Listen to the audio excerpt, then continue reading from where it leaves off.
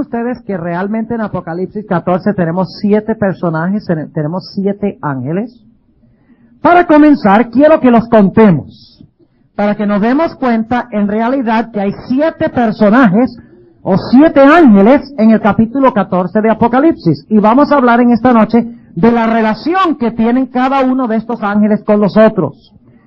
Apocalipsis 14 y el versículo 6 menciona el primer ángel. Dice, vi otro ángel volar por en medio del cielo, que tenía el evangelio eterno, y luego empieza a describir el mensaje del primer ángel, ¿correcto? Ahora, el mensaje del segundo ángel lo encontramos en el versículo 8. Dice, y otro ángel le siguió diciendo. Ven allí en el versículo 8 hay un segundo ángel, y luego noten en el versículo 9 hay un tercer ángel. Dice, y el tercer ángel lo siguió diciendo en alta voz. Y luego el tercer ángel menciona su mensaje. Ahora, ¿dónde está el cuarto ángel? Es muy importante notar que el cuarto ángel de Apocalipsis 14 es el mismo cuarto ángel de Apocalipsis 18. Generalmente hemos brincado de Apocalipsis el capítulo 14 y hemos dicho que el capítulo 18, versículos 1 al 5, están relacionados con el mensaje del tercer ángel, o es el fuerte clamor del tercer ángel, o lo que se conoce como el mensaje del cuarto ángel. Pero ya en Apocalipsis 14 encontramos al personaje que presenta el mensaje del cuarto ángel. ¿Y quién es este personaje? Noten el versículo 14.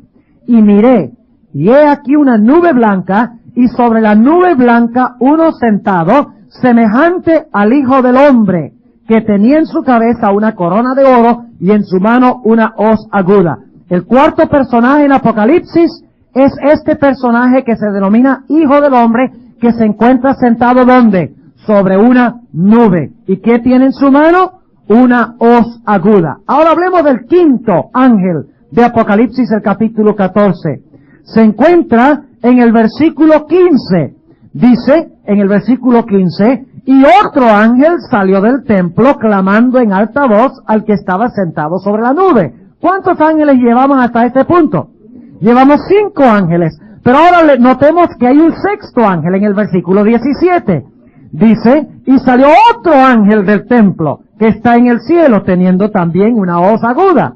Y finalmente el último ángel, el séptimo, se encuentra en el versículo 18, donde dice, y otro ángel salió del altar, el cual tenía poder sobre el fuego. ¿Cuántos ángeles tenemos en Apocalipsis, el capítulo 14?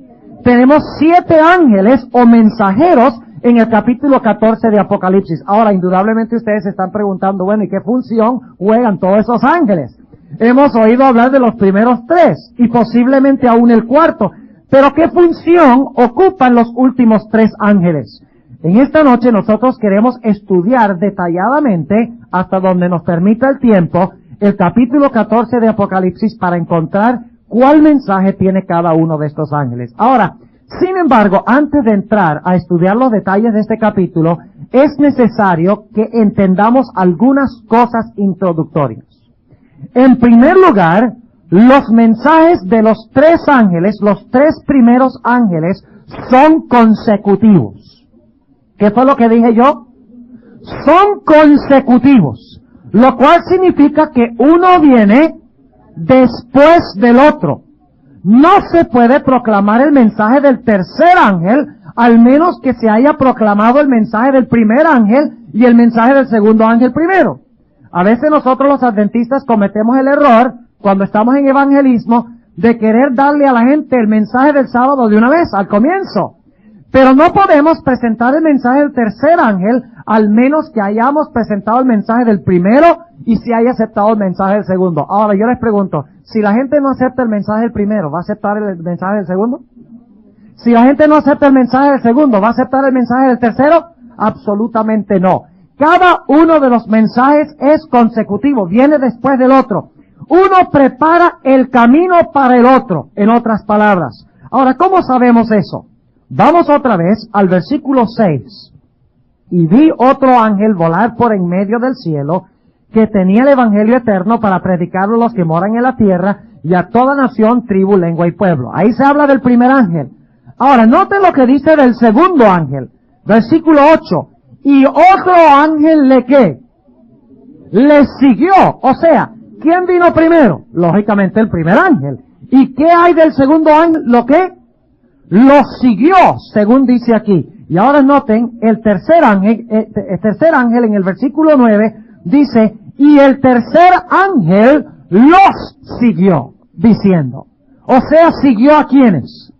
Siguió al primero y siguió al segundo. Ahora, es vital presentar los mensajes de los tres ángeles en su debido orden.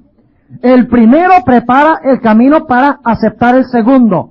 Y el segundo prepara el camino para aceptar el tercero. Y si no se acepta el primero, no se acepta el segundo. Y si no se acepta el segundo, es imposible aceptar el mensaje del tercer ángel.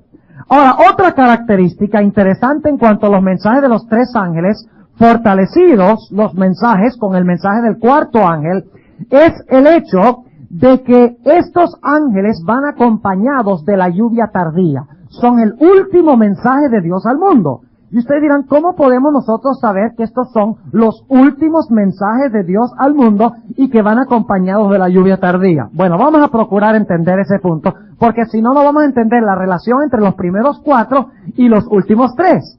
Porque los primeros cuatro ángeles hacen el anuncio del juicio, mientras que los últimos tres ángeles en realidad desempeñan o ejecutan el juicio. Los primeros tres ángeles lo anuncian, mientras que los últimos tres ángeles lo hacen, en otras palabras. Ahora déjenme preguntarles lo siguiente. En la Tierra Santa se sembraba la semilla empezaba a crecer como resultado de la caída de la lluvia temprana, y entonces la planta seguía creciendo, aparecían espigas de trigo, y finalmente, ¿qué era lo que maduraba el trigo para ser cosechado? Lo que maduraba la cosecha al final del año religioso, que hacía que el individuo viniera con la hoz para cosechar el trigo, era la caída de la lluvia tardía. O sea que la lluvia tardía se conocía como el sello de la cosecha. Ese es un detalle muy importante. ¿Cómo se conocía la lluvia tardía? Como el sello de la cosecha, porque sellaba la cosecha y la preparaba ¿para qué? Para ser segada. Ahora, ¿qué se ciega además de cegar el trigo? Ustedes recuerdan que el Señor Jesucristo dio una parábola muy interesante. La parábola del trigo y la cizaña. ¿Y qué es lo que se ciega primero? Se ciega primero el trigo cuando está amarillo. Ya es diferente el color que la hierba que crece al lado del trigo. Primero se cosecha el trigo y se amarra en gavillas. Y luego entonces, ¿qué se cosecha? Se cosecha la cizaña, se corta la cizaña. ¿Y qué pasa con la cizaña? La cizaña es echada al ¿dónde? Es echada al fuego y quemada, mientras que ¿qué pasa con el trigo? El trigo es traído al alfolí del Señor. Ahora entonces, ¿van acompañados los mensajes de los tres ángeles con la lluvia tardía, sí o no? ¿Cómo lo sabemos? Porque inmediatamente el tercer ángel termina de proclamar su mensaje, se ve el cuarto ángel sentado en la nube, ¿y qué tiene en su mano? La hoz. ¿Y qué va a hacer ese ángel? Va a cegar la cosecha que todavía está verde. No, va a cegar la cosecha que está ¿qué? Madura. Lo cual significa que con los tres ángeles debe haber caído ¿qué? La lluvia tardía. ¿Cuántos entienden lo que estamos diciendo? Los mensajes de los tres ángeles van acompañados de la lluvia tardía y preparan al mundo para recibir la lluvia tardía. Ahora yo quiero preguntarles, ¿son estos mensajes el último mensaje de Dios al mundo, sí o no? ¿Cómo sabemos eso? Precisamente porque después de los mensajes de los tres ángeles, ¿cuántos bandos hay en el mundo o cuántos grupos hay en el mundo como resultado de los mensajes de los tres ángeles? ¿Tres? Los calientes, los fríos y los laodicenses. En el mundo hay dos grupos. Está en primer lugar la mies, que representa a los ¿qué? A los justos o a los buenos. Y en el otro lugar, ya no se habla de cizaña, se usa otro símbolo. En el otro lado están los impíos, que son representados por las... No, aquí no es por cizaña, Mateo. Por las uvas. maduras. O sea que en Apocalipsis 14 no se habla de trigo y cizaña, sino que se habla de mies y uvas.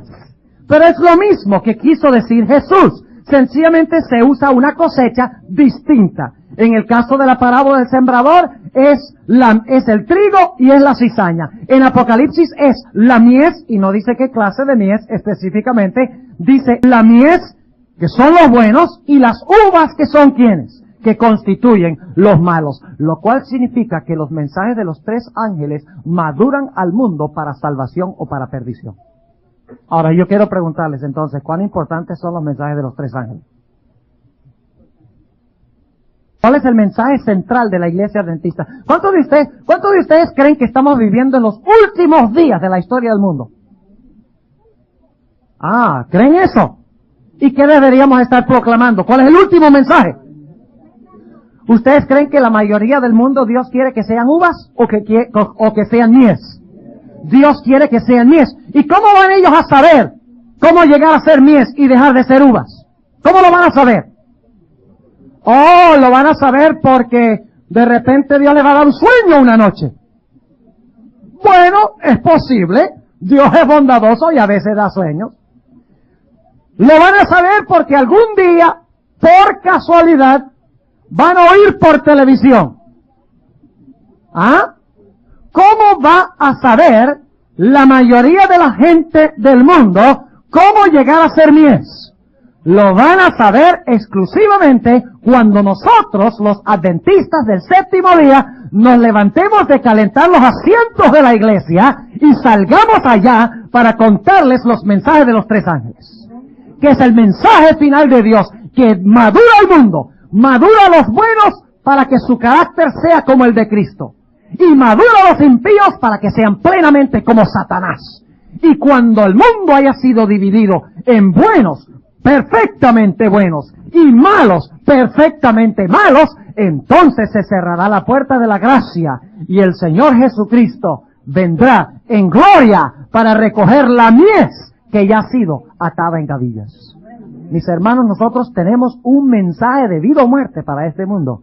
El problema es que nosotros raras veces lo estamos proclamando, porque tal vez nos da temor presentar el mensaje, porque es un mensaje fuerte. No es complicado el libro de Apocalipsis, mis hermanos. El libro de Apocalipsis es sencillo. Lo que necesitamos hacer es estudiarlo, investigarlo. Déjenme preguntarles, ¿lo que hemos estudiado durante esta semana ha sido muy complicado?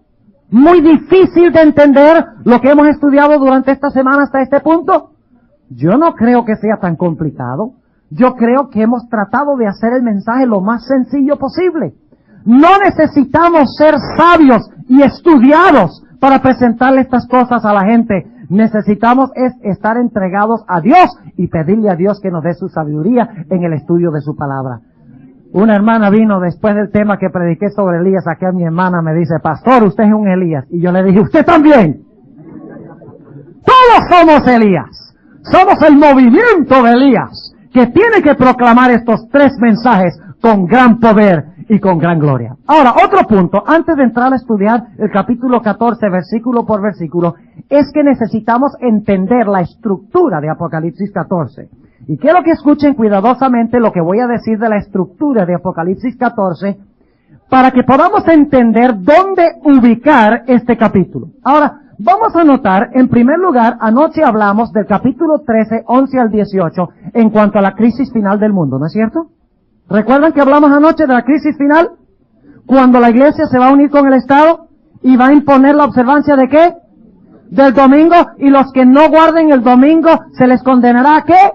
A muerte, pero aquellas personas no morirán, sino que serán preservadas por Dios como Elías, y finalmente se encontrarán ¿dónde? Victoriosos en el mar de vidrio, en el monte de Sión con Cristo. Ahora, vamos a notar eso en el capítulo 14 y el versículo 1. Quiero que noten cuidadosamente lo que estamos diciendo. En el 13, 11 al 18 se habla de la crisis final, ¿correcto? ¿Me están siguiendo lo que estoy diciendo? Lo que estudiamos anoche, el falso profeta, cuando llega a ser una imagen de la bestia, cuando impone el domingo. ¿Ha pasado eso todavía? ¿Se ha impuesto el domingo por ley? ¿Se ha dado un decreto de muerte contra los que no observen el domingo como día de reposo? No. Esa es la crisis, ¿qué? Final. ¿Y qué pasará con los que pasen por la crisis final? ¿Se van a morir todos? No. Noten que después de la crisis de Apocalipsis 13, 11 al 18, noten dónde se encuentra el pueblo de Dios. 14:1.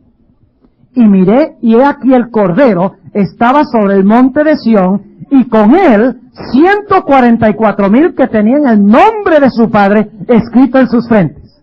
Ahora sigue diciendo, y oí una voz del cielo como ruido de muchas aguas, y como sonido de un gran trueno, y oí una voz de tañedores de arpas que tañían con sus arpas, y cantaban como un cántico nuevo delante del trono. ¿A dónde está ese grupo? Según Apocalipsis 14:1 en adelante. ¿A dónde se encuentra el grupo de los 144,000? En el monte de Sión, allá en Israel, en la tierra. No, dice en el versículo 3, y cantaban como un cántico nuevo delante del trono y delante de los 4 animales, que debe traducirse seres vivientes, y de los ancianos. Ahora, ¿dónde se encuentran los 4 seres vivientes? ¿Dónde se encuentran, según la Biblia, los 24 ancianos? Se encuentran en el cielo. Lean Apocalipsis 4 y 5. ¿A dónde está este grupo victorioso entonces? En Apocalipsis 14, en el cielo.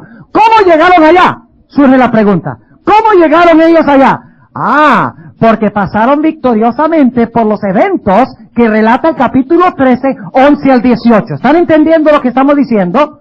O sea, pasaron por la crisis final de la bestia, de su imagen, de su marca, de la unión de la iglesia del Estado, de la persecución, de ser condenados a muerte. Pasaron por todo eso. Y finalmente, cuando pasaron por eso, entonces llegaron a estar sobre el monte de Sión con el Cordero, en el cielo, salvos. ¿Entienden lo que estamos diciendo? Pero ahora surge una pregunta muy importante. El capítulo 14, versículo 1 al 5, habla de este grupo que se encuentra en el cielo. Pero la pregunta es esta. Si en el capítulo 14, 1 al 5, el grupo que sale victorioso, el grupo final, y no vamos a entrar a hablar de los 144,000, de tema para otra época, yo tengo un cassette sobre eso, si ustedes quieren adquirir el cassette, yo les voy a repartir una hoja con lista de cassettes que ustedes pueden conseguir durante esta semana. Hay uno sobre los 144,000. Yo personalmente he estudiado el asunto y creo que es un número simbólico. No son exactamente 144,000 personas. Son los que están vivos cuando Cristo venga, según el conflicto de los siglos, páginas 706 y 707. Los que pasan por el tiempo de angustia. Los que viven en el mundo sin un intercesor. Los que son trasladados de entre los vivos, dice la sierva de Dios, son los 144,000. Los que pasan la prueba de la bestia y de su imagen. Apocalipsis 13, 11 al 18. Esos son los 144,000. ¿Podríamos algunos de nosotros pertenecer a los 144,000? ¿Estamos viviendo los últimos días, sí o no? ¿Les gustaría pertenecer a ese grupo? ¡Gloria al Señor! La hermana White dice que debemos luchar con todo el poder que Dios nos ha dado para pertenecer al grupo de los 144,000. Pero ahora la pregunta es esta. ¿Cómo es posible que los 144,000 o los que salen victoriosos sobre la bestia, su imagen y su marca, estén en el cielo en Apocalipsis 14, 1 al 5, si ni siquiera se han proclamado los mensajes de los 3 ángeles que empiezan en el versículo 6? ¿Entienden lo que les estoy diciendo? O sea, que da la impresión de que se llega al cielo antes de que se proclamen los mensajes de los 3 ángeles. No sé si están entendiendo lo que estoy diciendo. Porque se los presenta en los versículos 1 al 5 en el cielo. Y en el versículo 6 empiezan los mensajes de los 3 ángeles. Entonces da la impresión de que llegaron al cielo primero y luego se proclamaron los mensajes de los 3 ángeles. Pero no es así. Tenemos que recordar que el libro de Apocalipsis no está escrito en orden cronológico. No podemos empezar en Apocalipsis 1 y decir, a ver, yo voy a estudiar los eventos desde ahora hasta el fin del mundo. Y empezamos el capítulo 1 y el capítulo 2 va un poquito más adelante en la historia y el 3 un poquito más adelante y el 4 y el 5. No podemos estudiar el libro de Apocalipsis en orden cronológico. Porque el libro de Apocalipsis se encuentra estructurado a base de un principio donde se presenta el clímax o se presenta el apogeo o el resultado final y luego entonces el escritor regresa otra vez a relatar los eventos que llevaron a ese clímax, o que llevaron a ese apogeo, o que llevaron a ese resultado final. ¿Entienden lo que estamos diciendo? Los periodistas también hacen lo mismo. Si ustedes leen un artículo de un periodista, empieza diciendo, hoy hubo un accidente, se realizó en tal lugar, murieron tantas personas, en el primer párrafo. Y luego, ¿qué procede a hacer? Regresa nuevamente y empieza a relatar todas las cosas que sucedieron y luego finalmente concluye el artículo a donde comenzó el artículo. Así está estructurado Apocalipsis. Ahora, en Apocalipsis 14, 1 al 5, los santos se encuentran en el cielo. Pero surge la pregunta, ¿cómo llegaron ellos al cielo? ¿Cómo es que llegaron allá? La respuesta está en que ellos aceptaron los mensajes de los 3 ángeles. ¿Entiende lo que estoy diciendo? O sea que ahora Juan va a volver. Va a decir, después de los primeros versículos, él dice, ahora yo le voy a explicar cómo llegaron ellos allá. Se proclamaron 3 mensajes. Y al concluir los 3 mensajes, vino un ángel poderoso para empezar la siega. Y luego se cegó la mies, que son los 144,000, y se cegaron las uvas, que son los impíos, y Dios se llevó la mies al cielo, y los impíos fueron destruidos fuera de la santa ciudad. ¿Cuántos entienden lo que estamos diciendo? Ahora, con esto en mente, podemos notar que después, escuchen bien, el capítulo 14 de Apocalipsis termina hablando de la destrucción de los impíos. No sé si han notado eso, y lo vamos a estudiar rápidamente esta noche, el capítulo 14. Pero todos estos aspectos nos van a ayudar a ubicar el capítulo y poder estudiarlo de una forma más sabia. El versículo 19 y el versículo 20 habla de la destrucción de los impíos, después que han sido cegados. Noten lo que dice el versículo 19. Y el ángel echó su hoz aguda en la tierra y vendimió la viña de la tierra. ¿Y qué es lo que crece en viñas? Uvas, sí. Y vendimió la viña de la tierra y echó la uva en el grande lagar de la ira de Dios. Ahora, ¿cuál es el gran día de la ira de Dios? Según leímos anoche en Apocalipsis 6. Porque el día de su grande ira ha venido, ¿y quién podrá estar firme? ¿Cuál es el día de la grande ira de Jehová? La segunda venida de Cristo. Lo cual significa que este versículo, cuando dice que las uvas o los impíos son echados en el lagar de la ira de Dios, está hablando de la destrucción de ¿quiénes? De los impíos. Y luego dice el versículo 20, y vamos a interpretarlo en unos momentos, y el lagar fue hollado. ¿Qué es un lagar? Donde se echan las uvas. ¿Sabe qué es un lagar? Un lagar es un lugar donde se echan las uvas. Y entonces entra gente allá a un lugar bien grande y empieza a pisar las uvas para sacarles el jugo. Y de las uvas chorrea jugo. Pero en el caso de los impíos, no chorrea jugo, sino que chorrea ¿qué? Sangre. Porque Dios ha venido en su segunda venida a destruir a los impíos. Pero ahora surge la pregunta, ¿dónde van a estar los santos cuando Cristo venga?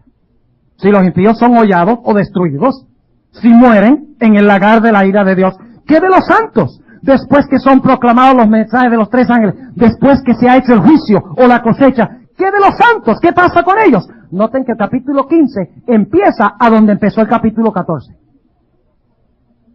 Aparece el mismo grupo otra vez. El capítulo 15 y el versículo 1.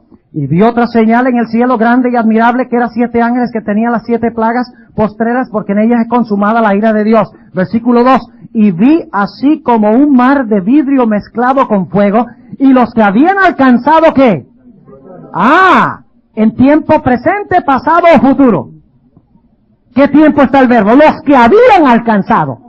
Pasado. Los que habían alcanzado la victoria sobre la bestia, y sobre su imagen, y sobre su señal, y sobre el número de su nombre, estar sobre el mar de vidrio teniendo las arpas de Dios.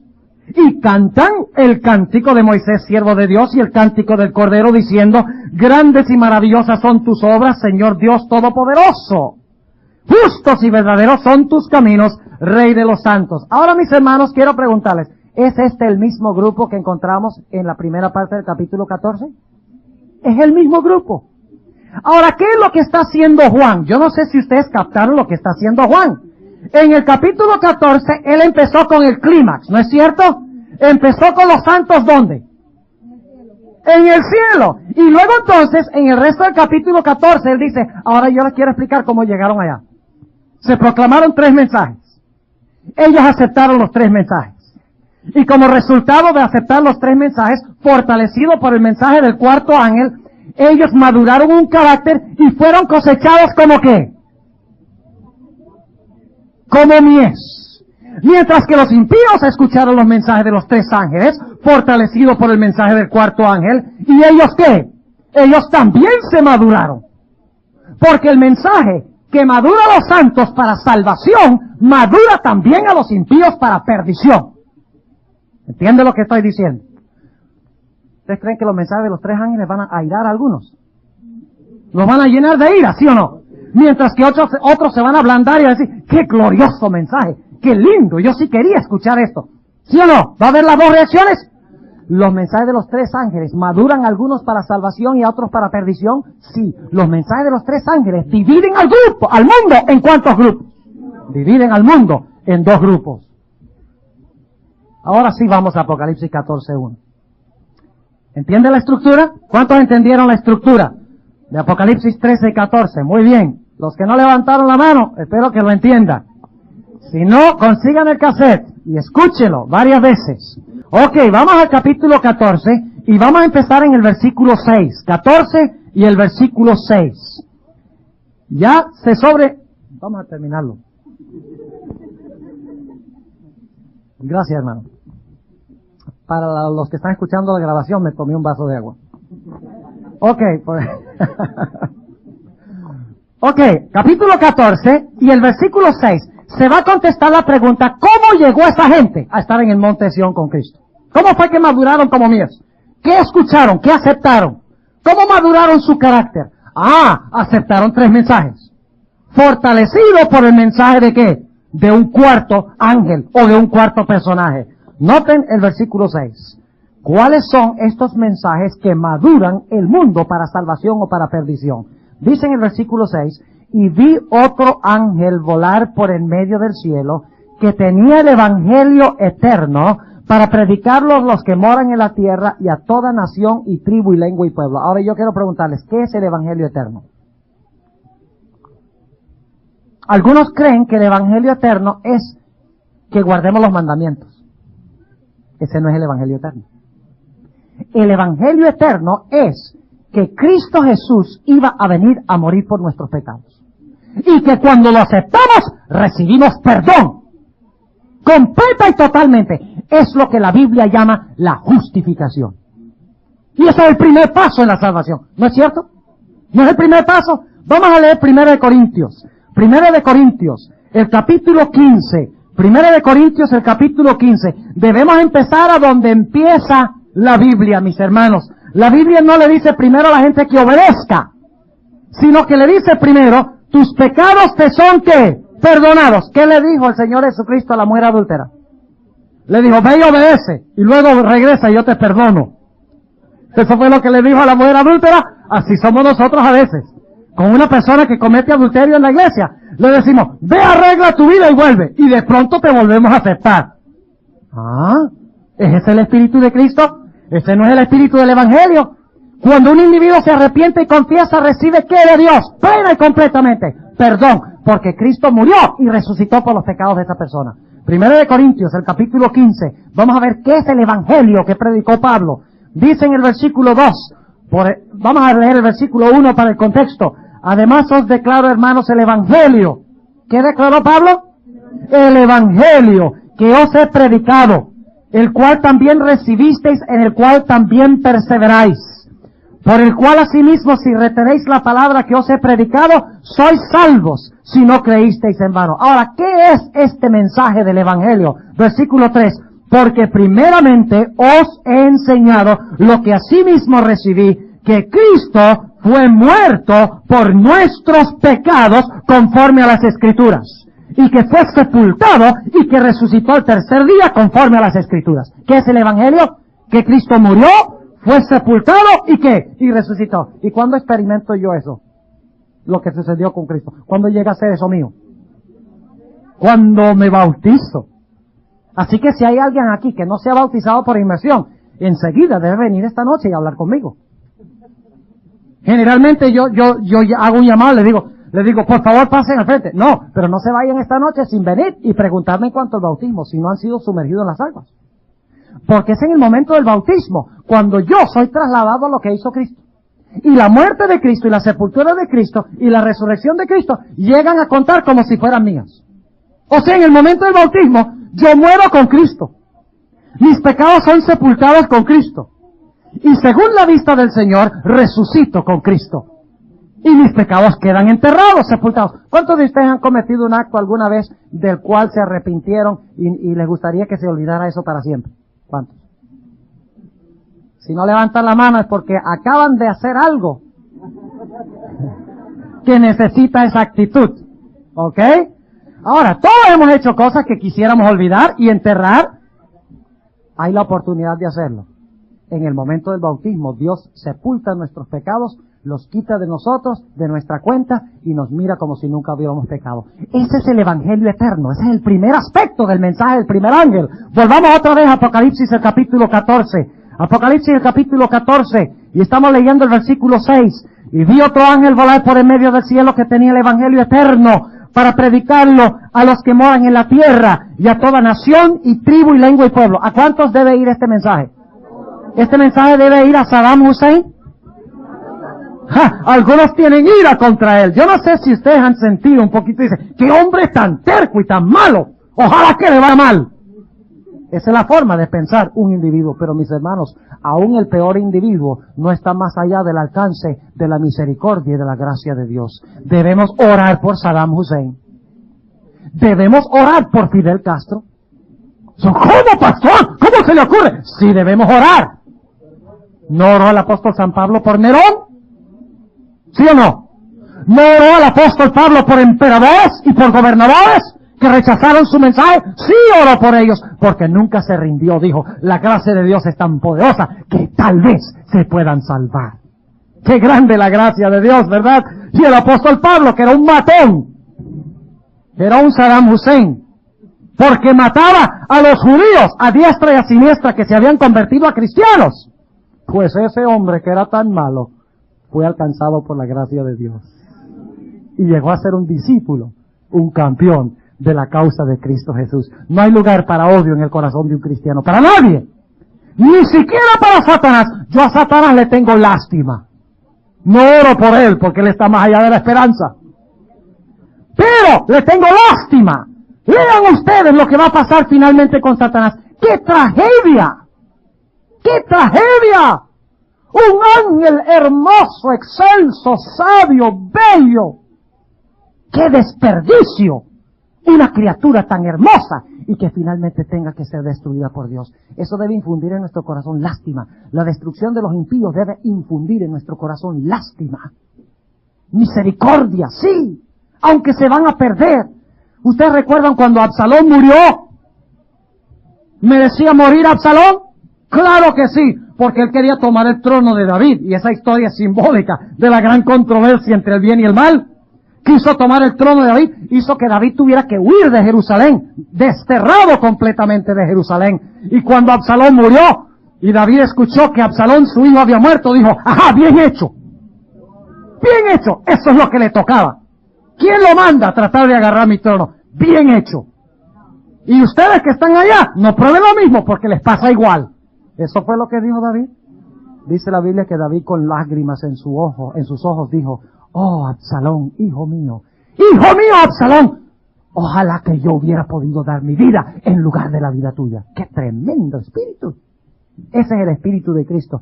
Eso es lo que pasa cuando nosotros nos bautizamos. Nuestros pecados son sepultados en las profundidades del mar y no son vistos más por Dios. Pero ahora yo quiero preguntarles, ¿el perdón es lo único que Dios quiere hacer con nosotros?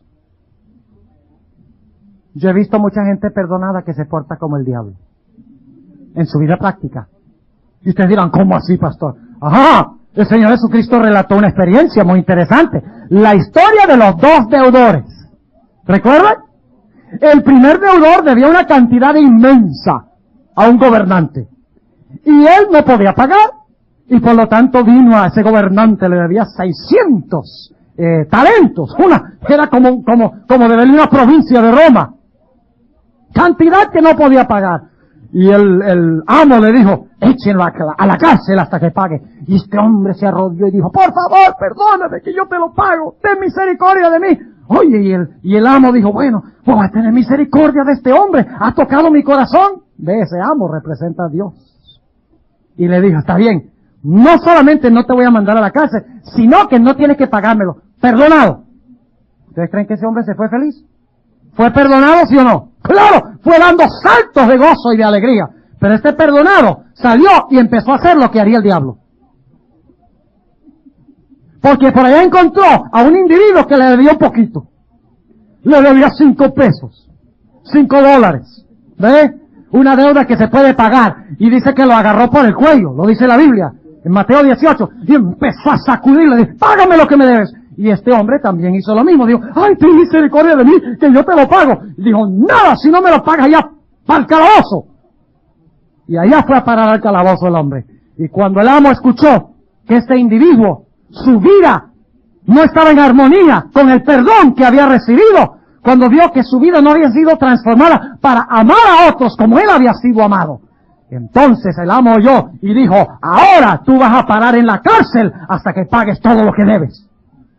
Mis hermanos, el mensaje del primer ángel no solamente dice que debemos recibir el evangelio eterno, sino que dice que debemos vivir vidas distintas en armonía con la voluntad de Dios. La justificación debe llevar siempre ¿a la qué? A la santidad, a la santificación. Y ustedes dicen, ¿dónde está la santificación? En Apocalipsis 14. Sigamos leyendo el versículo 7. Diciendo en alta voz, temed a Dios y dadle honra. O dadle gloria, como dicen algunas versiones. ¿Qué dice temed a Dios y darle qué? Gloria. Ahora, ¿qué es temer a Dios y darle gloria? Vamos a Eclesiastés, el capítulo 12. Eclesiastés, el capítulo 12 y el versículo 13, ¿ve? Algunos tienen la chispa adelantada, muy bueno. Eclesiastés, el capítulo 12 y el versículo 13, dice el sabio Salomón lo siguiente, el fin de todo el discurso oído es este, teme a Dios y guarda sus mandamientos. Ahora noten, ¿qué se predica primero, los mandamientos o el evangelio? El evangelio primero. ¿Cómo puede una persona que no ha sido perdonada vivir una vida semejante a la de Cristo? Si empieza ya con 2 strikes en contra, para los que saben de béisbol. ¿Verdad? Cristo le da 3 strikes. Le da una ventaja desde el comienzo, ¿no es cierto? Y luego lo coloca a donde el individuo puede vivir una vida santa. Ahora dice, teme a Dios y guarda sus mandamientos. ¿Qué dice en Apocalipsis 14? Temed a Dios y darle ¿qué? Gloria. ¿Qué es temer a Dios y darle gloria, según Eclesiastés? Es temer a Dios y guardar sus mandamientos.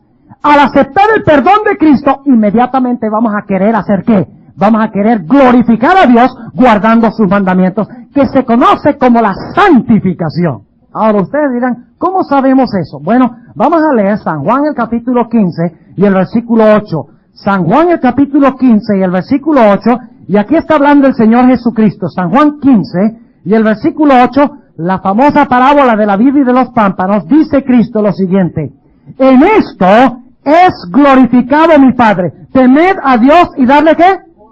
Honra o gloria. Pero ¿cómo glorificamos a Dios? ¿Cómo le damos gloria a Dios? Dice el versículo 8, en esto es glorificado mi Padre, en que llevéis poquito fruto. ¿Están despiertos? Dice, en que llevéis mucho fruto y seáis así mis discípulos. ¿Qué es lo que distingue a un discípulo de Cristo? ¿Produce qué? ¿Qué clase de fruto? ¿Mango verde? ¿Guayaba llena de gusanos? No, que llevéis mucho fruto. ¿Cómo glorificamos a Dios? Llevando fruto, guardando sus mandamientos. Ahora, ¿qué es el fruto? Ustedes conocen el pasaje de Gálatas 5. El fruto del Espíritu es... Vamos a leerlo. Vamos a leerlo. Gálatas, el capítulo 5. Gálatas, el capítulo 5. Oh, mis hermanos. El fruto del Espíritu es una vida en armonía con la ley. ¿No es cierto? Una vida donde la ley está escrita en el corazón y la gente automáticamente hace lo que Dios quiere que se haga. De nada vale guardar los mandamientos externamente. Hay muchos adventistas que pretenden guardar los mandamientos que son toscos y duros y malos con la gente. Cuando viene la persona a la iglesia, medio vestida así, raro, o tal vez con unos zarcillos, una joven que viene con las uñas pintadas, que es adventista, la gente empieza a decir, mire, vino con las uñas pintadas. Y la marginan. y empiezan a hablar de los padres. Ahora, créame bien, yo no estoy diciendo que debemos usar las uñas pintadas. Lo que estoy diciendo es que debemos tratar de ganar el corazón de ese joven y enamorarlo o enamorarla con Cristo para que las uñas se arreglen solas. De nada vale forzar a Cristo a los jóvenes.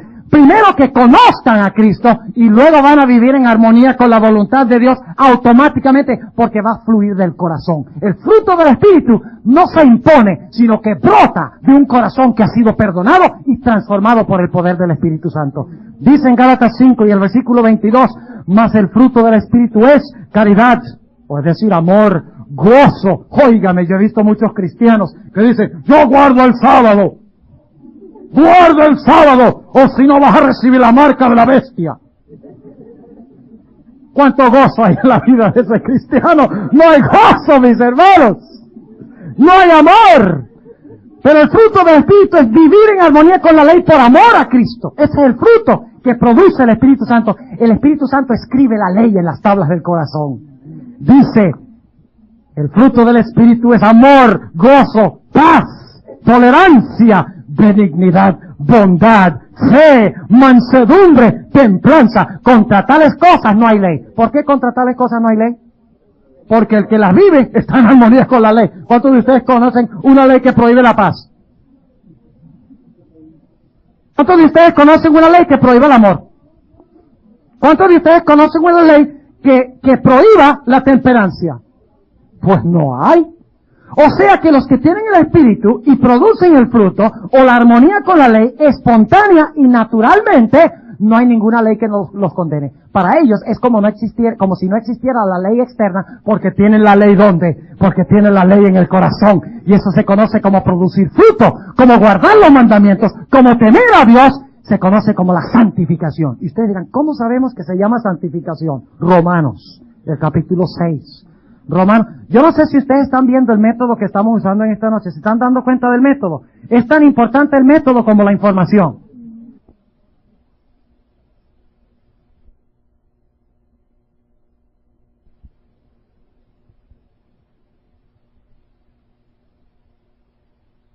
¿Cuál método estamos usando para entender Apocalipsis 14?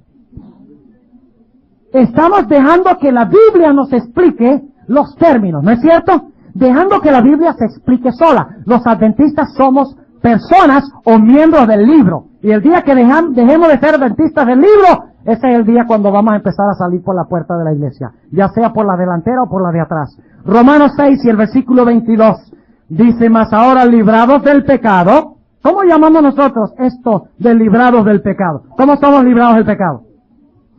Cuando somos ¿cómo? Perdonados. Eso se conoce como ¿qué?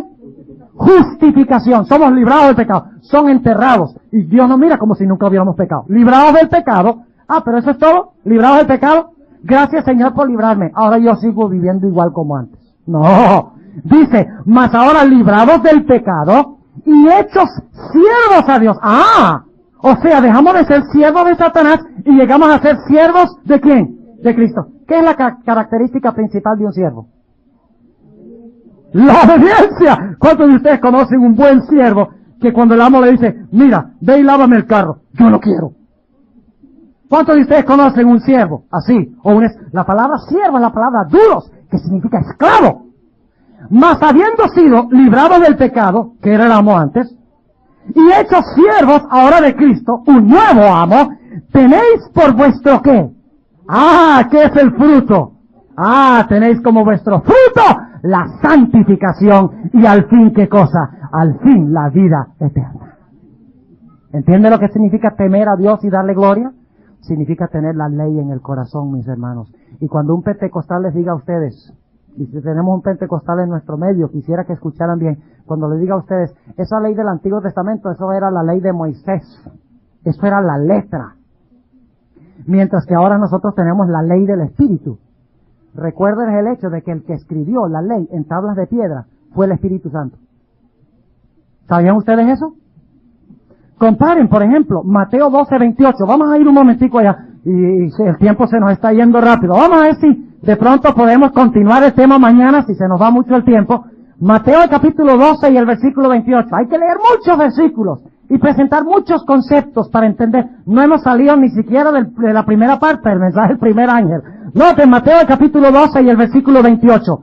Dice, y si por el Espíritu de Dios, aquí habla Cristo, y si por el Espíritu de Dios yo echo fuera los demonios, ciertamente ha llegado a vosotros el reino de Dios. ¿Por qué medio echaba Cristo los demonios? ¿Por medio de quién? Por medio del Espíritu de Dios. Pero ahora noten lo que dice Lucas 11:20. Lucas el capítulo 11 y el versículo 20. Es la misma declaración de Cristo, pero se usan palabras diferentes. Ya no se dice que Cristo echa los demonios por el Espíritu de Dios, sino que echa los demonios por otro método. Lucas el capítulo 11 y el versículo 20. No es otro método diferente, sino es el mismo método expresado en diferentes palabras. Dice Lucas 11 y el versículo 20, mas si por el qué? El dedo de Dios echo yo fuera los demonios, cierto el reino de Dios ha llegado de vosotros. ¿Qué es el dedo de Dios entonces? El dedo de Dios es el Espíritu Santo. ¿Y quién escribió los 10 mandamientos? El dedo de Dios. Los 10 mandamientos son la ley, entonces ¿de quién? Del Espíritu Santo, no de Moisés. No son la ley del hombre, es la ley del Espíritu Santo grabado en tablas. Lo único es que el Espíritu Santo quiere tomar esa ley que está escrita en tablas de piedra y con su dedo quiere escribirlas en el corazón. Porque Él no quiere obediencia obligada del hombre. Él no quiere decirle, a ver, obedece esos mandamientos, haz lo que yo te digo. Él quiere que por amor los mandamientos estén allí y hagamos automáticamente lo que le es agradable a Él. Y hagamos también lo que no es agradable para nosotros. Hay ciertas cosas, por ejemplo, que yo hago para ayudar a mi esposa. Yo amo a mi esposa, mucho. Y hay ciertas cosas que yo hago por ella que a mí no me gusta hacer, pero las hago porque la amo.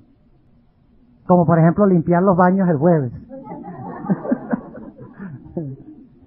Y cocinarle al almuerzo de vez en cuando. Hay ciertas, bueno, a mí me gusta cocinar, pero hay ciertas cosas. Aspirar la casa el viernes en la tarde. Yo no puedo decir que uno de mis pasatiempos favoritos es aspirar la casa y limpiar los baños. Pero yo hago algunas tareas desagradables porque la amo. ¿Hay ciertas tareas que debemos hacer para Dios que son medio desagradables? Claro que sí. Salir cuando está 20 bajo cero y pararnos en una esquina a recolectar. ¿Correcto? Ahora, ¿por qué una persona? Una persona debe estar loca porque se para en una esquina 20 bajo cero a recolectar, mi hermana. ¿Está loco, cierto? No. Ama a Cristo. Y ningún sacrificio es demasiado grande para obedecer a Cristo cuando lo que, cuando lo amamos. Exactamente. Volvamos a Apocalipsis 14. Óigame, estamos bien atrasados. Vamos a Apocalipsis 14 y el versículo 7, diciendo en alta voz, temed a Dios y darle gloria. Ahora, ¿por qué debemos temer a Dios y darle gloria? ¿Por qué debemos guardar sus mandamientos? ¿Por qué debemos tener la ley en el corazón? ¿Por qué debemos producir fruto? ¿Por qué debemos vivir vidas santas? Oh, dice aquí que debemos hacer esto porque la hora de su juicio, ¿qué?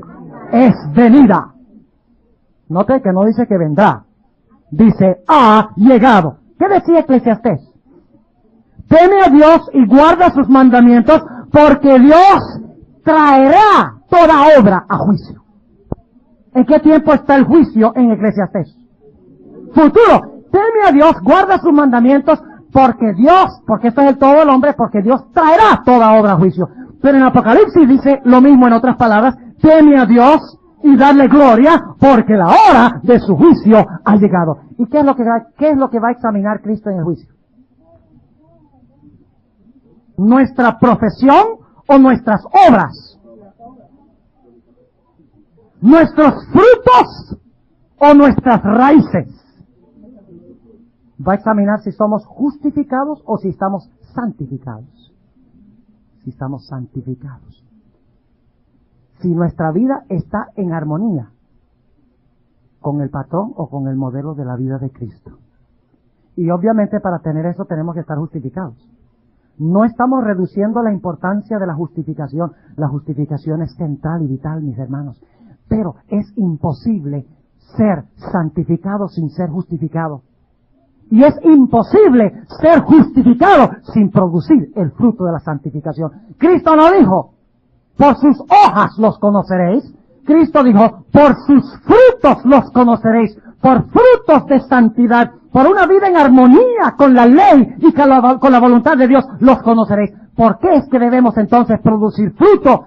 Producir una vida santificada por su poder, por estar enamorados con Él. ¿Por qué razón? Porque en el juicio que ha llegado se va a examinar nuestra profesión y se va a ver si nuestras obras y nuestros frutos están en armonía con lo que nosotros profesamos.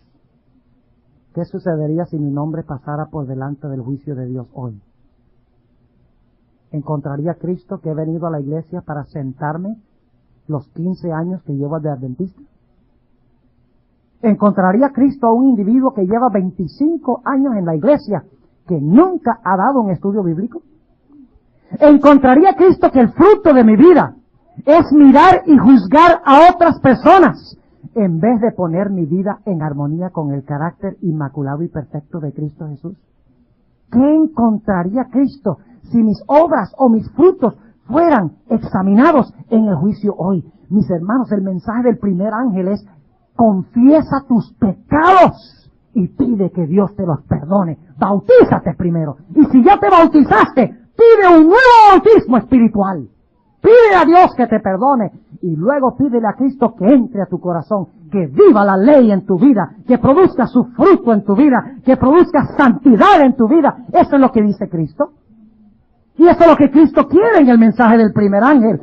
Y es porque el juicio ha llegado. Ahora vayamos otra vez aquí a Apocalipsis, el capítulo 14 y el versículo 7, diciendo en alta voz: teme a Dios y darle gloria, porque, dice porque, en el juicio se van a examinar nuestros frutos o nuestras obras, no la profesión. ¿Va a encontrar Cristo en el juicio que muchos que profesaron su nombre, sus frutos, contradijeron su profesión? ¿Sí o no? Claro que sí. ¿Es posible que el nombre de uno sea borrado del libro de la vida? Claro que sí. Apocalipsis 3:5 lo dice. Es posible que el nombre de un individuo que una vez fue grabado en el libro de la vida sea borrado porque sus frutos contradicen el derecho que pretenden tener de encontrarse en ese libro. Sigue diciendo en el versículo 7: y adorad a aquel que ha hecho el cielo y la tierra y el mar y las fuentes de las aguas. ¿Qué Dios es ese? ¿A cuál Dios debemos adorar? Al Creador. Ahora déjenme preguntarle esto: ¿por qué debemos adorar a Dios? Porque Él es nuestro ¿qué? Nuestro Creador, pero además de ser nuestro Creador, es nuestro ¿qué? Nuestro recreador o redentor. ¿Saben ustedes que la sierva de Dios dice que toma tanto poder recrear a un pecador a imagen de Cristo como la creación original del hombre en el huerto del Edén? O sea que la recreación exige tanto poder como la creación. Por esa razón encontramos que nosotros le rendimos adoración a Dios, porque Dios es nuestro creador y porque nuestro creador es nuestro soberano, ¿no es cierto? ¿Y cuál es la señal de que Dios es nuestro creador? El domingo. En Génesis dice: y reposó Dios el día primero de todas sus obras. ¿Cuál día? No los oigo, ¿están durmiendo? El día que adoramos a Dios, reconocemos que somos sus criaturas, reconocemos que debemos adorarle. La señal es ¿qué? El sábado. Yo preguntar, ¿cuántos aquí son cubanos? No tenga miedo. No, yo no le voy a decir a Fidel, no se preocupen. ¿Cuántos son puertorriqueños? A ver, tenemos salvadoreños, tenemos de muchas naciones. Ahora yo quiero decirles, ¿qué pensarían ustedes los puertorriqueños si yo tomara la bandera de Puerto Rico y ahorita la pusiera aquí y empezara a pisarla? ¿Saldría yo vivo de aquí?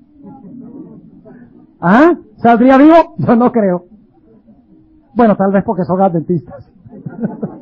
Y he predicado sobre la necesidad de tener misericordia esta noche, Carlos. Posiblemente sí. Pero yo no sé, a veces el amor a la patria es más grande que el amor a Dios. Pero supongamos que yo tomara esa bandera y la tirara en el suelo y empezara a pisarla. O supongamos que una mañana me levante y use la bandera de Cuba de toalla para secarme cuando salgo del baño. ¿Qué pensaría Matos de eso? Óigame, terrorosa cosa es caer en las manos de Matos. Ese hombre es grande. Meto la mano mía y caben 2 manos. Tremendo. Ahora, yo podría argumentar y decirles, ¿y por qué se inquietan tanto? Es una bandera nada más. Es un pedazo de trapo, es una tela nada más. ¿Qué dirían ustedes? Mi hermano, al pisar la bandera, está pisando ¿a qué? Está pisando a Cuba. Y está pisando a Puerto Rico, ¿sí o no? Porque la bandera es la señal que representa ¿a qué? El país. Y al pisar la bandera, estoy pisando en realidad ¿qué cosa? El país. ¿Ha dado Cristo una bandera para indicar cuál es su gobierno y de que nosotros somos sus súbditos, ¿sí o no? ¿Cuál es la señal que Dios ha dado? ¿Cuál es su bandera? Su bandera es el sábado. ¿Y qué pasa? ¿Cómo se siente Dios cuando los hombres toman su sábado y en vez de retraer su pie? Esta ilustración cuadra muy bien. En vez de retraer su pie para no pisar el sábado, toman la bandera del sábado, la señal de Dios, y lo usan como una alfombra para limpiarse los pies, para entrar a la casa, y dicen, oh no, yo soy puertorriqueño, pero no importa que yo venere la bandera de Rusia. ¿Entienden lo que estoy diciendo? El sábado es señal de que yo adoro al verdadero Dios, creador del cielo y la tierra, y es como reconozco que Dios es el redentor de mi vida. El sábado es la señal.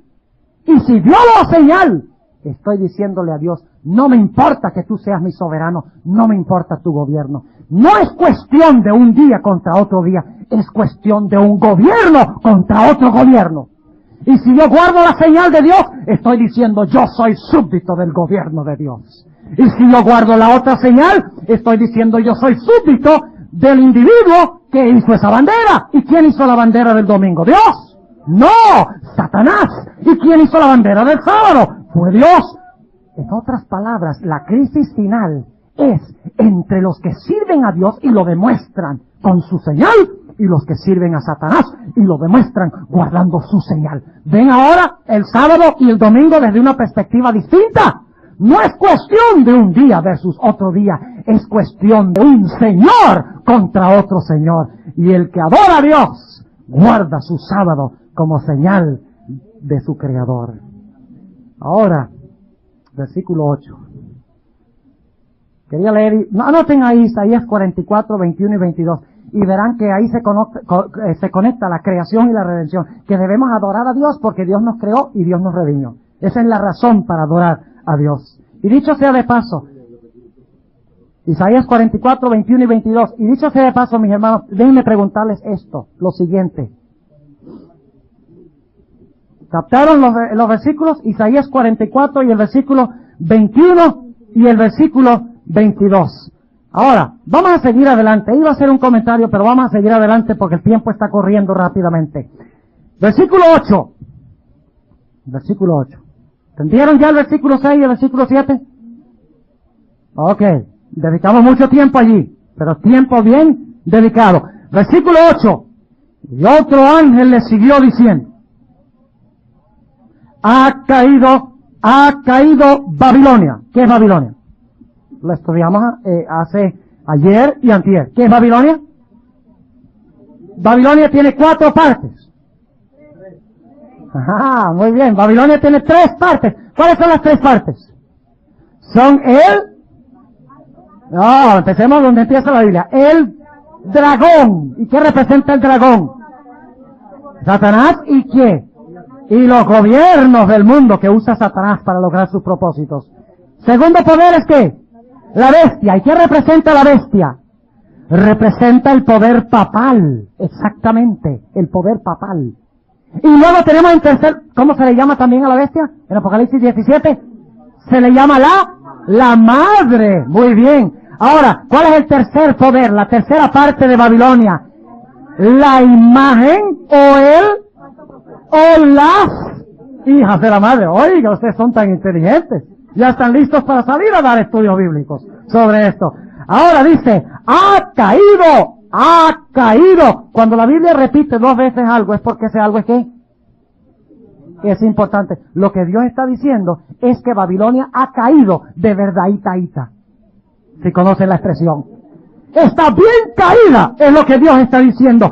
ha caído Babilonia, aquella grande ciudad. Y ahora explica por qué ha caído. En el mensaje del primer ángel, ¿enseña Dios verdaderas doctrinas? ¿Verdaderas enseñanzas? Enseña que debemos ser justificados y debemos vivir en armonía con los mandamientos y debemos guardar el sábado, ¿sí o no? Pero Babilonia, en vez de dar vino puro, el vino puro en la Biblia representa sana doctrina. Mateo 9:17, que no vamos a leer. El Señor Jesucristo dijo, nadie pone vino nuevo en odres viejos. Lo que quiso decir es que nadie pone doctrinas nuevas, yo no pongo mis doctrinas nuevas, dice Cristo, dentro del marco de las tradiciones de los fariseos y de los judíos. Es necesario meter mis doctrinas en un marco completamente nuevo. Vino puro, sin fermentar, representa sana doctrina. Pero encontramos que Babilonia, en vez de dar sana doctrina, ¿da qué? Falsa doctrina. Porque dice en el versículo 8, porque ella, ¿cómo? No dice él, Babilonia es masculino o es femenino. Bueno, perdonen las mujeres. No tengo nada contra ustedes, pero el libro de Apocalipsis habla de la ramera y de las hijas de femeninas. No es nada personal. El dragón no podía faltar, muy bien. Ok, va un paso adelante la hermana. Ok, dice, no está lejos, sí. Ha caído Babilonia, aquella grande ciudad, porque ella ha dado a beber a todas las naciones ¿del qué? Del vino del furor de su fornicación. Necesitamos media hora para eso. Vamos a explicarlo. ¿Por qué ha caído Babilonia? Porque ella ha dado a todas las naciones ¿qué? Vino. Un jugo de uva, Welch's. ¿Le ha dado Welch's? ¿Jugo de uva de esos que tomamos en la Santa Cena? ¿Esa clase de vino? Porque dice que es un vino que causa ¿qué? El vino ¿qué causa el vino? Furor. ¿Cuántos de ustedes habían visto un borrachito que le da furor cuando está borracho? ¿No es esa una de las grandes características? No todos los borrachos son violentos, pero muchos borrachos son violentos. Porque no pueden pensar ¿qué? Claramente. Babilonia le ha dado vino. La sierva de Dios en Testimonios para los Ministros, página 58, dice que el vino de Babilonia son sus falsas enseñanzas, enseñanzas tales como la santidad del domingo, la tal santidad del domingo, la inmortalidad del alma, que el infierno arde para siempre, y doctrinas semejantes a estas, dice la sierva de Dios, constituyen el vino de Babilonia. Y cuando Babilonia da su vino a las gentes, ¿qué causa en medio de las gentes? Bueno, no causa fornicación. ¿Causa qué? Furor. ¿Furor contra quiénes? Contra los que no quieren ¿qué? Beber el vino. ¿Cuántos de ustedes han oído el caso de un borrachito que está tomándose unos tragos? Yo he tenido la experiencia porque comportaba a veces en los bares. Eso es bueno, los borrachos, eso le vende uno fácil. Créame. Bueno, uno dice, si se lo vende uno borracho, de pronto cuando está sobrio lo lee y aprende algo y se salva, ¿verdad? Y a veces entraba uno a presentarle los libros y enseguida el borrachito, ¿qué le ofrecía? Un trago, claro, usted sabe cómo es. Algunos pasaron por esa etapa. Yo he sido adventista toda mi vida, pero yo me daba cuenta cuando entraba ahí al bar que le ofrecían a uno un trago. Y algunos de ellos, a veces cuando uno le decía, no, yo no tomo, se ponían ¿qué? Se ponían bravos. Y le tocaba a uno salir volando de ahí del bar, antes de que se pusiera demasiado bravo. Eso es lo que quiere decir esto. Babilonia, la triple alianza, los reyes de la tierra, la ramera y las hijas se van a juntar para darle a todo el mundo, ¿qué cosa? Falsas enseñanzas. Para que la gente bebiendo sus falsas enseñanzas se llenen de ¿qué? De ira contra ¿quiénes? Contra los hijos de Dios que no están dispuestos de fornicar como fornica ella. Ahora, ¿qué significa esto de fornicación? Lo hablamos anoche. Significa, ahora, ¿con quién debe estar casada la iglesia? Debe estar casada la iglesia con Cristo, ¿correcto? Con Cristo. Y solamente con Cristo. Pero ¿qué pasa cuando la iglesia dice, no, Cristo no puede lograr la conversión de la gente? yo necesito es que el Estado nos eche una ayudadita para que nos llene la iglesia. ¿Ve? Porque es que nosotros, los domingos se nos está quedando vacía la iglesia. Y está vacía porque hay muchas atracciones en el mundo. Están abiertas las tiendas, ¿ve? Están abiertos los parques de diversión, están abriendo todas estas cosas. Entonces viene la iglesia y en vez de predicar a Cristo para que la gente venga y escuche el mensaje, vaya a la legislatura y dice, mira, estamos teniendo problemas en llenar la iglesia porque todo está abierto por allá afuera. Pongo una ley para que cierren todo eso, para que la gente venga a la iglesia. Eso es lo que dice la sierva de Dios que va a suceder. La iglesia, en vez de unirse a Cristo para convencer al mundo, va a unirse la iglesia con el Estado para que el Estado obligue a la gente a ser religiosa. ¿Puede usted obligar a una persona a ser religiosa? ¿Lo han probado con sus hijos, algunos? ¿Tratado de obligar a sus hijos a ser religiosos? Es una batalla. Cuesta arriba. Porque Dios no quiere que obliguemos. Dios es un Dios de persuasión. Dios no es un Dios de coerción. Ahora, si no se acepta el mensaje del primer ángel, ¿saldrá la gente de Babilonia? ¿Qué dice el primer ángel? Dice, guárdalos. ¿Guarda él? Guarda el sábado. Pero si la gente no acepta ese mensaje de guardar los mandamientos y guardar el sábado, ¿va a salir de Babilonia o se va a quedar ahí? Se va a quedar, porque Babilonia guarda los mandamientos. No. ¿Babilonia guarda el sábado? Claro que no. Si no aceptan el primero, ¿no aceptan qué? El segundo mensaje tampoco. Y ese es el problema. Mucha gente queda en la cerca. ¿Recuerdan los días de Elías, mis hermanos? En los días de Elías, el mensaje de Elías por mucho tiempo no tuvo casi efecto. Muy pocos respondieron al mensaje. Fue necesario que el mensaje se diera nuevamente con un fuerte clamor en el Monte Carmelo y luego la gente respondió cuando cayó el poder del Espíritu Santo del cielo. ¿Recuerdan eso? Ahora, el mensaje del segundo ángel se repite nuevamente en Apocalipsis. Sí se repite en Apocalipsis 18 y ese es el llamado final de Dios. Como en los días de Elías, en el Monte Carmelo, cuando Elías dijo, si Jehová es Dios, seguidle, y si Baal, servirle a él, y cuando descendió el fuego, el que quedaba con Baal estaba perdido. Y el que quedaba con Dios estaba ¿qué? Estaba salvo. Se dividió Israel y los paganos como resultado del mensaje de Elías. Este mensaje ya se ha proclamado, el de salir de Babilonia. ¿Se está proclamando hoy? ¿Los adventistas proclaman que la gente debe salir de Babilonia y unirse al remanente? Claro que sí. Pero en realidad, ¿ha respondido la muchedumbre que la Biblia y que el Espíritu de Profecía prometen que van a responder? Claro que no. Porque es necesario que este segundo mensaje se repita y cuando se repita alcance un ¿qué? Un fuerte clamor. Ya no se alumbrará el Monte Carmelo, sino que toda la tierra será alumbrada con su gloria. Dice en Apocalipsis el capítulo 18, cuando se reciba el poder del Espíritu Santo en la vida. Ahora vamos a avanzar rápidamente el versículo 9. Óigame, ese reloj es el mayor enemigo. Versículo 9. Y el tercer ángel los siguió, diciendo en alta voz. Este es el último llamado, mis hermanos. En el primer mensaje Dios dijo a la gente, arrepiéntanse de sus pecados, pidan perdón. Guarden los mandamientos. Y específicamente, ¿cuál? El sábado. Adoren a Dios, el Creador. Guarden el sábado. Y luego el segundo mensaje dice, si ustedes están en una organización religiosa donde no se guardan los mandamientos y donde no se guarda el sábado, ¿qué? Salgan de allá. Salgan de allá, no se queden. ¿Pero van a quedar mucha gente adentro? Sí, y por lo tanto viene el mensaje del tercer ángel, el fuerte clamor del tercer ángel, que ahora da el mensaje urgente y final a aquellos que se han quedado tranquilitos en Babilonia, que el mensaje no ha tenido ningún efecto. Dice en el versículo 9, y el tercer ángel lo siguió diciendo en alta voz, si alguno adora a la bestia y a su imagen, y toma la señal en su frente o en su mano, este también beberá del vino de la ira de Dios, el cual está echado puro en el cáliz de su ira. O sea que ya no habrá mezcla de ¿qué? De misericordia.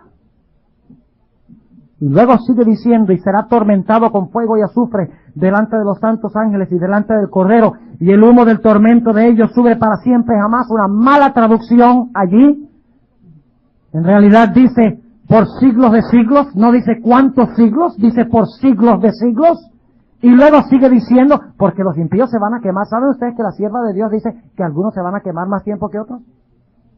¿Y quién será el que se apagará de último?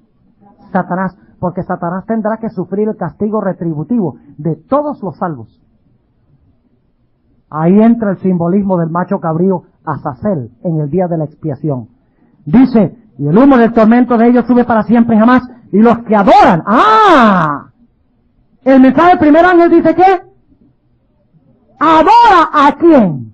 Al Creador. El primer mensaje dice, adora al Creador. El tercer mensaje dice, no adores a la ¿qué? A la bestia ni su imagen.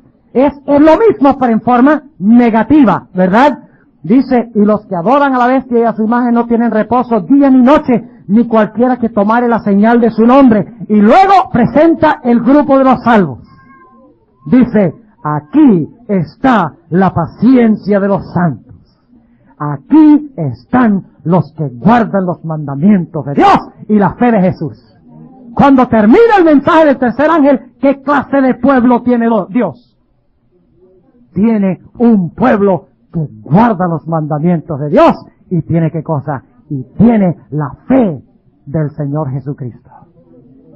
Y luego, mis hermanos, por acortar la última parte del tema en esta noche, que no podemos estudiar versículo por versículo, cuando se hayan proclamado los mensajes de los tres ángeles con el poder del cuarto ángel, porque el mensaje del segundo ángel en Apocalipsis 14 sencillamente dice, Babilonia ha caído porque ha dado a beber a todas las naciones el vino del furor de su fornicación, pero no llama a la gente a salir con tanta urgencia. Aunque la gente ya debe entender que si están en Babilonia, aunque el mensaje no dice salgan, si aceptarán el mensaje del primero, si la gente en Babilonia no guardan el sábado y no guardan los mandamientos, ya deben entender que deben salir de Babilonia, porque ¿quién quiere pertenecer a Babilonia bajo esas circunstancias?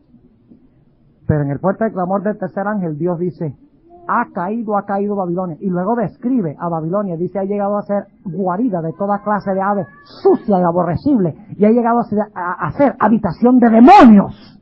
¡Qué descripción! ¿Quién quiere pertenecer a una organización así?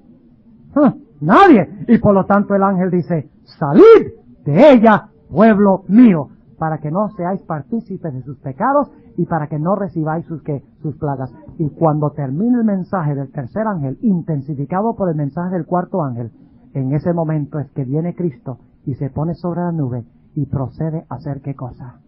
Ya todos los hombres han sido ¿qué? Divididos y sellados. La lluvia tardía ha sellado la cosecha. Hay dos grupos. Los laodicenses, que estaban tibios, o se volvieron calientes o se volvieron fríos. Pero es mejor que se vuelvan calientes ahora, porque mientras más tiempo pasa, más probable es que lleguen a ser fríos, porque el agua tibia muy pronto se vuelve ¿qué? Se vuelve fría, exactamente. Y luego entonces Cristo se para sobre la nube, se sienta sobre la nube y mete su hoz, y todos los que recibieron los mensajes de los tres ángeles serán cosechados como mies, para Cristo llevarlos a la patria celestial. Mientras que aquellas personas que han rechazado los mensajes de los tres ángeles serán echados en el lagar de la ira de Dios y serán destruidos, algo que Dios nunca quiere hacer. Por eso Dios da estos mensajes claros. Algunos dicen, uy, pero qué mensaje tan asustoso y tan fuerte. Mis apreciados hermanos y amigos, déjenme decirles algo. Yo prefiero que Dios me hable fuerte ahora y que no me hable fuerte cuando venga por segunda vez. Yo prefiero aceptar su mensaje ahora, aunque me duela aceptarlo ahora y salvarme, que me duela eternamente cuando Él venga a esta tierra. Por eso es que hemos hablado tan fuerte en esta noche. Yo quisiera preguntar en esta noche, primeramente a los hermanos, ¿cuántos quieren decirle al Señor Jesucristo en esta noche? Por tu gracia yo acepto los mensajes de los tres ángeles. Yo quiero que mi vida sea distinta. Yo quiero estar preparado cuando Cristo venga nuevamente. ¿Cuántos de los miembros de la iglesia quieren decirle eso a Cristo? Ahora estoy hablando con las personas que no son miembros bautizados de la iglesia adventista del séptimo día. Esta noche Dios ha hablado a sus corazones. Esta noche Dios les ha mostrado la importancia de la ley, del sábado, de vivir una vida santa, de aceptar a Cristo, de abandonar a Babilonia donde no se hacen ninguna de estas cosas. ¿Hay alguna persona que no es miembro de la iglesia adventista en esta noche que quiere decirle al Señor Jesucristo, yo quiero en esta noche tomar mi decisión por Cristo, yo quiero estar también entre ese grupo de los redimidos, entregándome completamente al Señor Jesús? ¿Hay alguno en esta noche que quiere decirle? Quiero pedirles que se coloquen de pie, por favor, estas personas. Quiero orar por ustedes.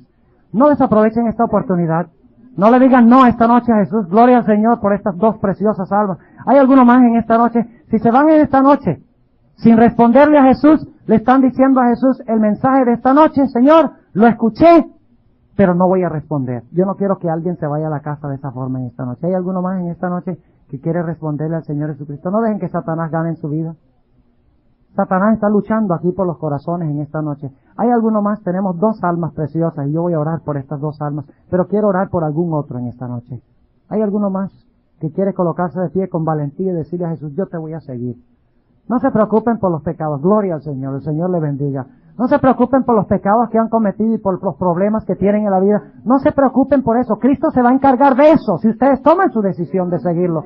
¿Hay alguno más en esta noche? No voy a alargar el llamado mucho tiempo. Gloria al Señor. Vean, las almas se están colocando de pie, respondiendo al llamado de Jesús. ¿Alguno más? Tenemos un jovencito que está levantando la mano ahí detrás de la pared. ¿Hay alguno? Gloria al Señor.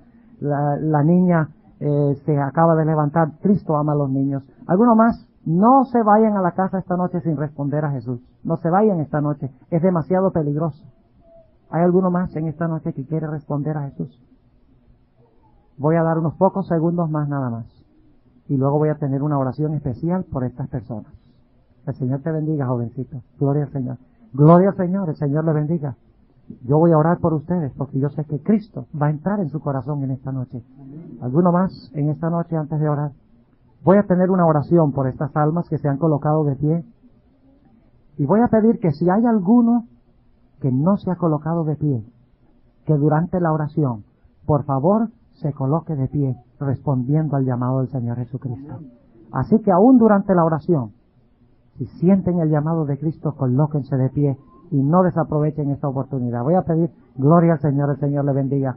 Vamos a tener una oración. Voy a pedir que los que están de pie queden de pie y durante la oración, y entonces después de la oración pueden tomar asiento. Oremos.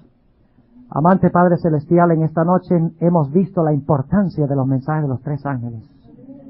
Hemos visto que es cuestión de vida o muerte, Señor, aceptar estos mensajes. Hemos visto que rechazarlos es perderse, mientras que aceptarlos es recibir a Cristo y la salvación. Te doy gracias en esta noche por la respuesta de los hijos de tu iglesia, de reconsagrar sus vidas a Jesús y tomar una decisión de invitar a Jesús a entrar nuevamente al corazón para estar allí. Te agradezco especialmente por las almas que se han colocado de pie en respuesta al llamado esta noche. Oh Señor, hay gozo en mi alma por estas personas que han respondido con valentía al llamado de Cristo. Te ruego, Señor, que tú no permitas que nada ni nadie en todo este mundo pueda desanimarlos hasta que puedan sellar el pacto final con Cristo Jesús a través del bautismo para seguirlo no solo en esta tierra, sino por los siglos de la eternidad. Te pido, Señor, que si hay alguno en esta noche que no se ha colocado de pie, tiene luchas en su alma, en su corazón, oh, te ruego, Señor, que tú ayudes a esa alma a responder a tu llamado. Si no responden esta noche, no sabemos qué podría pasar, Señor, pero te ruego que por tu gracia les extiendas el periodo de misericordia y que puedan responder antes de terminar esta semana. Señor, gracias por escuchar mi oración y gracias por responderla. Y yo sé que tú la responderás, porque te pido estas cosas en el nombre de Jesús. Amén. Señor les bendiga, pueden sentarse. Hay gozo en mi corazón por la respuesta de cada uno en esta noche.